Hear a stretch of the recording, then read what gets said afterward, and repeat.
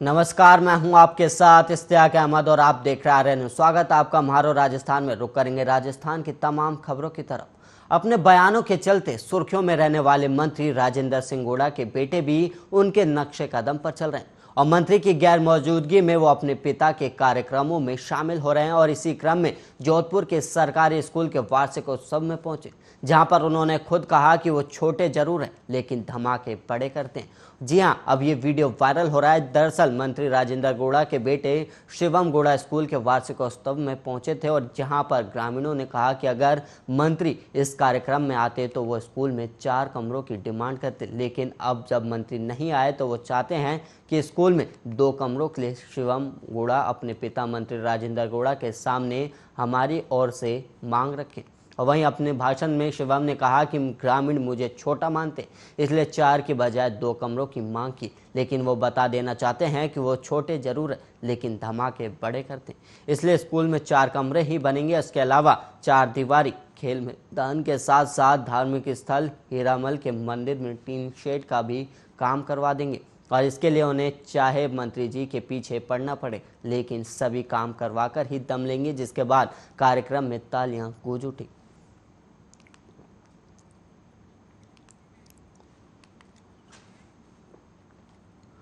वहीं eastern canal project को लेकर विधानसभा में सोमवार को मुख्यमंत्री अशोक गहलोत ने बीजेपी नेताओं की चुटकी ली।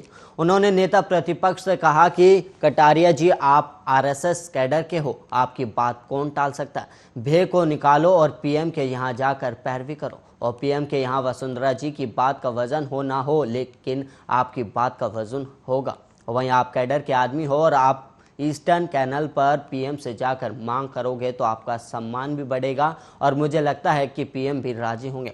और आप पीएम से भिड़ जाइए जाकर और आपका क्या बिगाड़ लेंगे। और वहीं आप डर निकालो और ईआरसीपी वसुंधरा राजे के समय का प्रोजेक्ट है, क्या वसुंधरा जी से आपकी इतनी बड़ी नाराज़गी हो गई है क्या। और वहीं राठौड़ साहब की तो थोड़ी बहुत नाराज़गी उस समय होगी, लेकिन कटारिया जी से तो ऐसी कोई बात नहीं थी। और वो विधानसभा में बजट पास होने से पहले एप्रोप्रिएशन बिल और फाइनेंस बिल पर बहस का जवाब दे रहे थे और इस दौरान बीजेपी पर तंज का कोई मौका नहीं छोड़ा।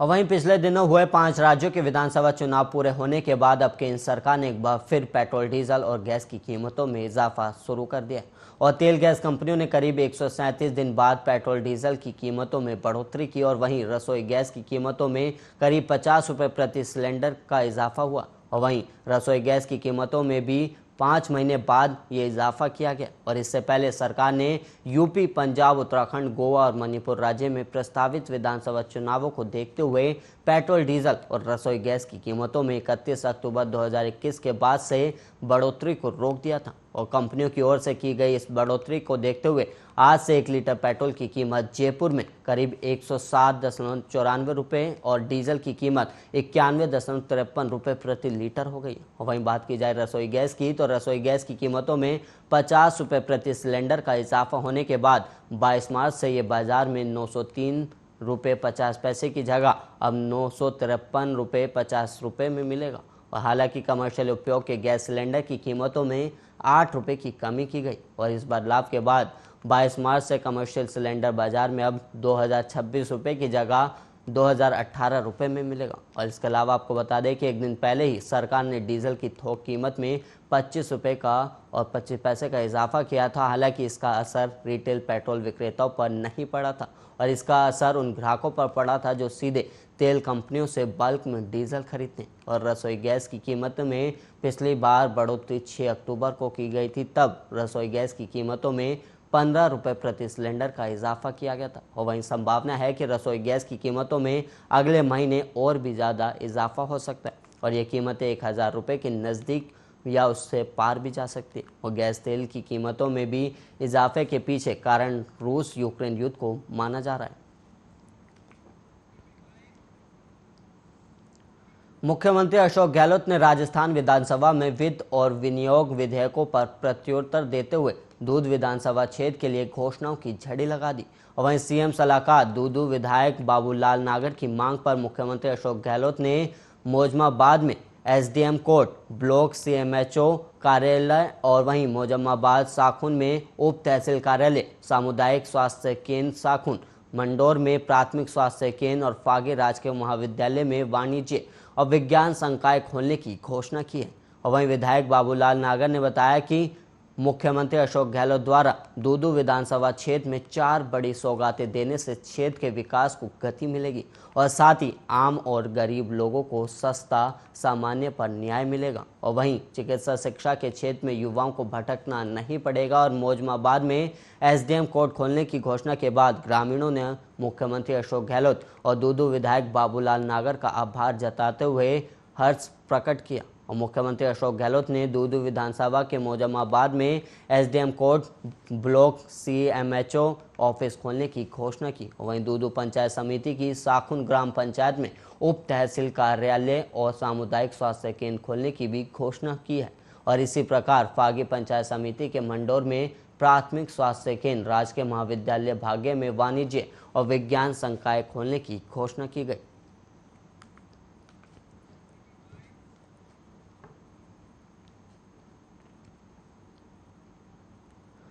और वहीं सीएम अशोक गहलोत ने पेंशन को लेकर बड़ी घोषणा की और अब 1 अप्रैल से कर्मचारियों के वेतन से कटौती खत्म करने की भी घोषणा की गई।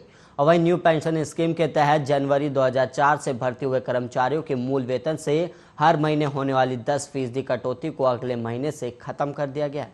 और इसके अलावा अब तक काटे गए पैसे को पेंशन मेडिकल फंड की राशि आरजीएचएस में समायोजित करने के बाद बची हुई रकम रिटायरमेंट के वक्त ब्याज सहित लौटा दी जाएगी। और वहीं एप्रोप्रिएशन बिल पर बहस के जवाब में गहलोत ने सोमवार को कहा कि 1 अप्रैल से कर्मचारियों को बढ़ा हुआ पैसा मिलेगा और कटौती खत्म करने से हर कर्मचारी को प्रति महीने 2000 से लेकर 10,000 रुपये तक बढ़ा हुआ पैसा भी मिलेगा।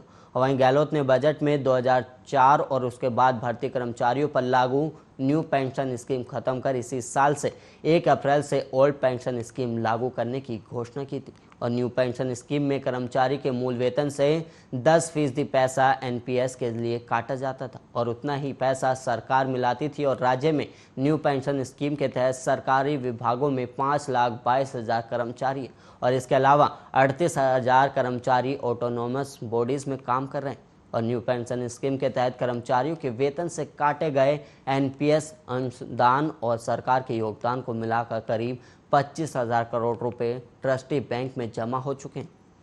और इसमें से 13.24% राशि शेयर मार्केट और विभिन्न कंपनियों में लगाई गई है और निवेश की गई और इस रकम की मौजूदा वैल्यू 31,000 करोड़ से ज़्यादा है। और वहीं सीएम अशोक गहलोत ने एप्रोप्रिएशन बिल पर बहस का जवाब देते हुए ये घोषणा की और उन्होंने खिलाड़ियों के लिए पेंशन योजना लागू करने का भी ऐलान किया। और इसके तहत खिलाड़ियों को 40 साल की उम्र पूरी करने पर 20,000 प्रति महीने की पेंशन दी जाएगी। और इसके अलावा आपको बता दें कि पेंशन के लिए पात्रता के नियम अलग से जारी किए जाएंगे।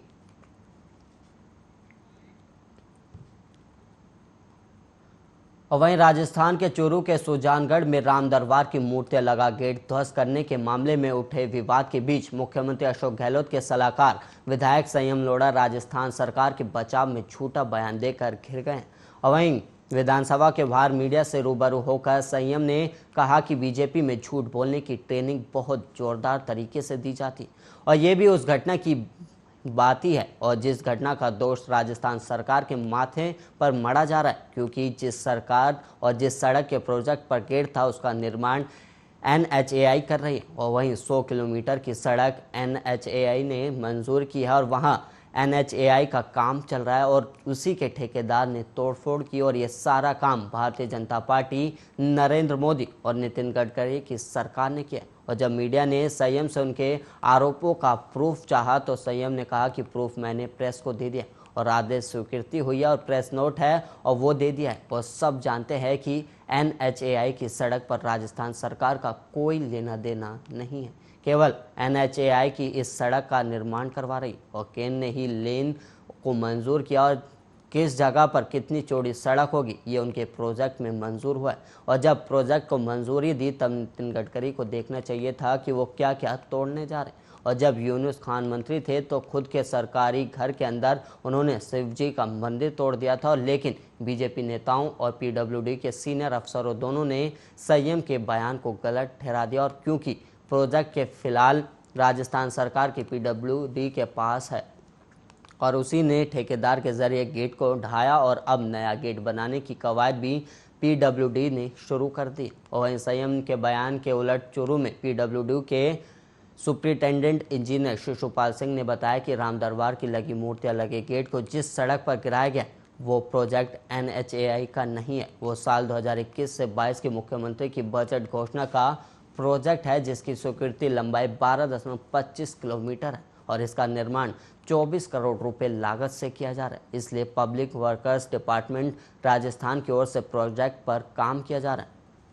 और वहीं पीडब्ल्यूडी के ठेकेदार ने ही गेट को गिराया। और इसके अलावा आपको बता दें कि बीजेपी के नेशनल इंफॉर्मेशन और टेक्नोलॉजी डिपार्टमेंट के इंचार्ज और राष्ट्रीय कार्यकारिणी सदस्य अमित मालवीय ने भी ट्वीट किया और कहा कि झूठ मत बोलो और सालासर बालाजी के प्रवेश द्वार जिसे सीता द्वार कहा जाता है उसे गिराने की वास्तविक रिपोर्ट ये है कि सुजानगढ़ सालासर स्टेट हाईवे 20 पर है, जिसे 15 मार्च 2022 को पीडब्ल्यूडी विभाग राजस्थान ने गिराया। और इस एंट्री गेट को गिराने का वीडियो सोशल मीडिया पर काफ़ी वायरल होने के बाद ग्रामीणों ने घटनास्थल पर धरना देकर गेट पर राम दरबार की मूर्तियों को स्थापित किए बिना ध्वस्त करने का विरोध भी किया। वहीं ग्रामीणों से मिली सूचना के अनुसार प्रवेश द्वार को निर्माण सालासर धाम विकास समिति ने साल 2005 में किया था। और वहीं बीजेपी किसान मोर्चा बारमेड़ की जिला कार्य समिति की बैठक रविवार को रामदेरिया कश्मीर में बीजेपी जिलाध्यक्ष आदूराम मेघवाल, किसान मोर्चा जिलाध्यक्ष रणवीर सिंह भादू, बीजेपी जिला महामंत्री स्वरूप सिंह खारा, किसान मोर्चा के पूर्व जिलाध्यक्ष गिरधर सिंह और स्थानीय मंडल बिहान के अध्यक्ष धर्माराम चौधरी के अतिथि में संपन्न हुई है।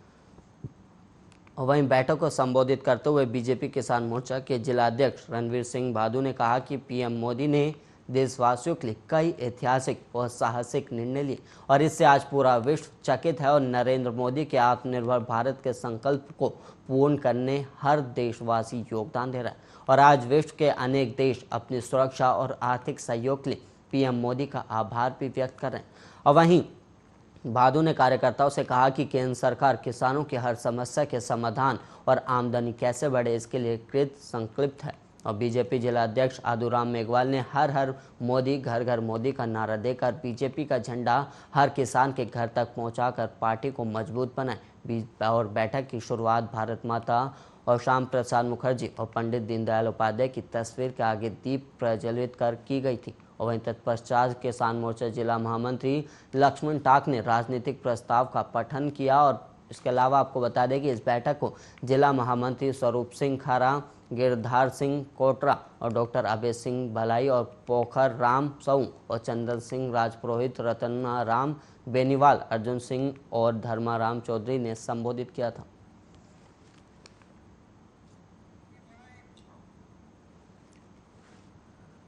कांग्रेस के राष्ट्रीय प्रवक्ता रणदीप सुरजेवाला आज जोधपुर पहुंचे और उन्होंने जोधपुर एयरपोर्ट पर मीडिया से बातचीत के दौरान कहा कि राजनीति में धर्म होना चाहिए और धर्म की राजनीति नहीं। जो लोग धर्म की राजनीति करते हैं उन्हें ये भेद समझने और उसे आत्मसात करने की ज़रूरत है। और अगर राजनीति का धर्म टूट जाएगा तो राजनेता अपने मार्ग से भटक जाएगा।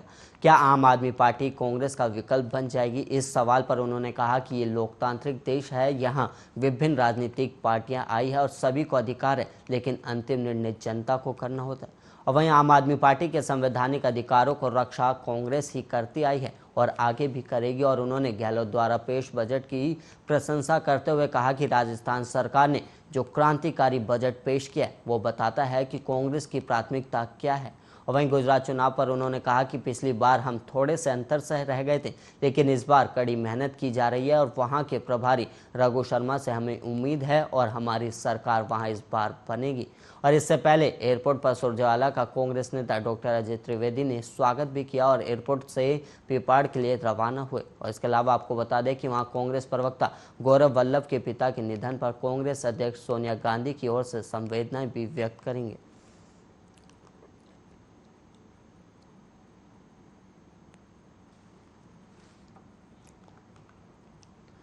और वहीं राज्य जीव जंतु कल्याण बोर्ड के नवनियुक्त अध्यक्ष और राज्य मंत्री केसी बिश्नोई सोमवार को श्रीनाथ जी के दर्शन करने सपरिवार नाथद्वार पहुंचे थे और जहां स्थानीय न्यू कॉटेज में पालिका उपाध्यक्ष श्यामलाल गुर्जर और पार्षद दिनेश ए जोशी ने उनकी अगवानी करते हुए उनका स्वागत किया। और बिश्नोई ने मीडिया से बात करते हुए कहा कि राज्य में पशुओं की स्थिति को ध्यान में रखते हुए सरकार द्वारा पशु कल्याण के लिए विभिन्न योजनाएं चलाई जा रही हैं और गौवंश संवर्धन के लिए प्रयास किए जा रहे हैं और बेसहारा पशुओं के प्रबंधन की योजना भी बनाई जा रही है और राज्य सरकार द्वारा प्रति पशु अनुदान राशि भी बढ़ाई गई है और अवधि भी बढ़ाकर 6 महीने कर दी गई।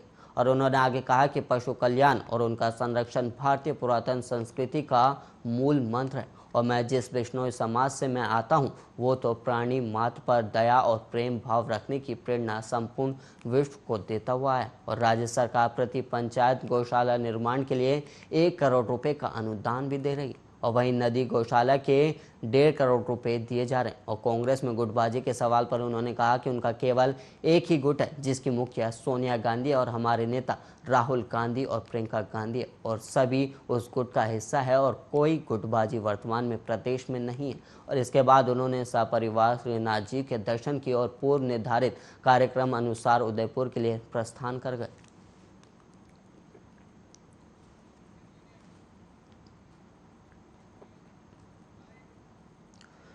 यूक्रेन पर रूसी हमले के बाद से लगातार क्रूड ऑयल की कीमतों में बढ़ोतरी हो रही है जिसका असर अब भारत पर भी पड़ा है। तो वहीं माना जा रहा है कि जल्द ही कीमतें नहीं घटी तो पेट्रोल के और डीजल के दाम बढ़ सकते हैं और ऐसे में अमेरिकी प्रतिबंधों से जूझ रहे रूस ने भारत को कम कीमतों पर क्रूड ऑयल देने का प्रस्ताव भी दिया है। पर मौजूदा हालातों में तमाम प्रतिबंधों से घिरे रूस का प्रस्ताव भारत के लिए कितना फायदेमंद होगा, समझते हैं हमारी इस खास रिपोर्ट के जरिए।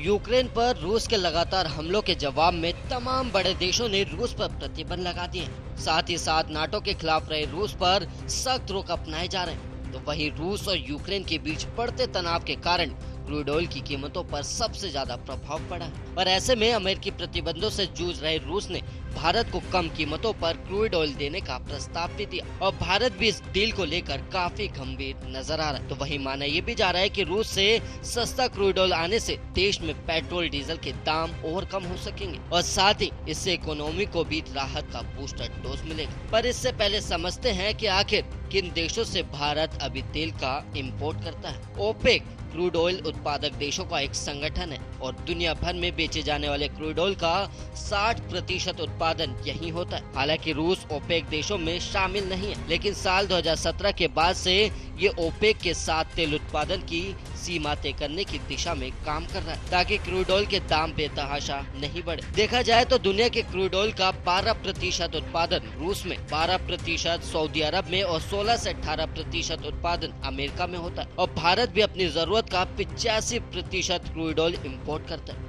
और इसमें से 60% खाड़ी देशों से लेता है। और वहीं क्रूड ऑयल इम्पोर्ट करने के लिए भारत सऊदी अरब और अमेरिका पर ज्यादा निर्भर है और भारत इसके अलावा इराक, ईरान, ओमान, कुवैत और रूस से भी तेल लेता है और कुछ स्पॉट मार्केट यानी खुले बाजार से भी खरीदता है और जबकि रूस से भारत सबसे कम यानी कि 2% क्रूड ऑयल ही तेल इंपोर्ट करता है जिसके भविष्य में बढ़ने की पूरी संभावना है। और वहीं भारत क्रूड ऑयल और अन्य वस्तुओं को रूस से रियायती कीमतों पर लेने पर अब विचार कर रहा है। पर ऐसे में सबसे बड़ा सवाल ये है कि क्या अमेरिकी प्रतिबंधों के बीच भारत रूस से और क्रूड ऑयल खरीद सकता है। तो आपको बता दें कि अमेरिका ने भी हाल में कहा है कि अगर भारत रूस से क्रूड ऑयल लेता है तो उसे कोई आपत्ति नहीं है और साथ ही इससे किसी प्रतिबंध का भी उल्लंघन नहीं होता। तो हाँ, भारत रूस से तेल इंपोर्ट कर सकता है। गौरतलब है कि इसी बीच कुछ रिपोर्टों में दावा किया गया है कि देश की सबसे बड़ी petroleum marketing company Indian oil ने भी रूस से सस्ती कीमतों पर 30 लाख बैरल क्रूड ऑयल की खरीद की है और वहीं बताया जा रहा है कि एक ट्रेडर के माध्यम से ये सौदा 20 से $25 की छूट पर हुआ। तो वहीं आपको बता दें कि रूस से तेल खरीदने पर केवल अमेरिका में प्रतिबंध लगे और भारत फिलहाल रूस से तेल खरीद तो सकता है, हालांकि पेमेंट में परेशानी आ सकती है। और वहीं कुछ एक्सपर्ट का कहना है कि भारत और रूस रुपए और रूबल में कारोबार के बजाय बार्टर सिस्टम की तर्ज पर कारोबार कर सकते हैं, जैसे ईरान पर प्रतिबंध के दौरान भारत ने किया था। तो वहीं अगला बड़ा सवाल, आपको बता दें कि रूस से तेल खरीदने से क्या दाम में कमी आएगी। तो वहीं आपको बता दें कि ऐसे में जब क्रूड ऑयल के दाम में तेजी है तो और भारत अपने पारंपरिक निर्यातकों से कीमतों पे कुछ बार्गेन करने को कह सकता है। और आपकी जानकारी के लिए आपको बता दें कि भारत तेल में दुनिया का तीसरा सबसे बड़ा उपभोक्ता देश है, जहां 5.2 मिलियन बैरल तेल की खपत रोज होती है। और अगर रूस से भारत 1 लाख या 2 लाख बैरल तेल मंगवा भी लेता है तो इससे भारत में तेल की कीमतों पर कोई असर नहीं पड़ेगा। और वहीं विशेषज्ञों का ये भी कहना है कि अगर रूस वास्तव में भारत का मित्र है और वहां पर तेल इतना ही सस्ता है तो भारत को वहां तेल और गैस के जो भंडार में उनमें हिस्सेदारी खरीदनी चाहिए। और अगर रूस सस्ते तेल की पेशकश कर रहा है तो उसे हमें हिस्सेदारी देने में परहेज नहीं करना चाहिए। उन्होंने बताया कि हमने वहां पहले ही 16 अरब डॉलर के तेल के कुएं खरीद रखे और इस तेल को हम वहीं बेच देते हैं, क्योंकि इस समय रूस के तेल के दामों में 40% तक की कमी आ चुकी है। और ऐसे में वहां तेल और गैस के भंडारों में हिस्सेदारी खरीदना सस्ता पड़ेगा और साथ ही ये हमारी जरूरतों को लंबे समय के लिए पूरा करेगा। और अगर ऐसा हुआ तो आने वाले समय में पेट्रोल डीजल के दामों में हमें कमी देखने को मिल सकती है। और इसके साथ ही अगर रूस और यूक्रेन के बीच कोई समझौता हो जाता है तो कीमतों में और कमी हो सकती है। Bureau report, Arya news.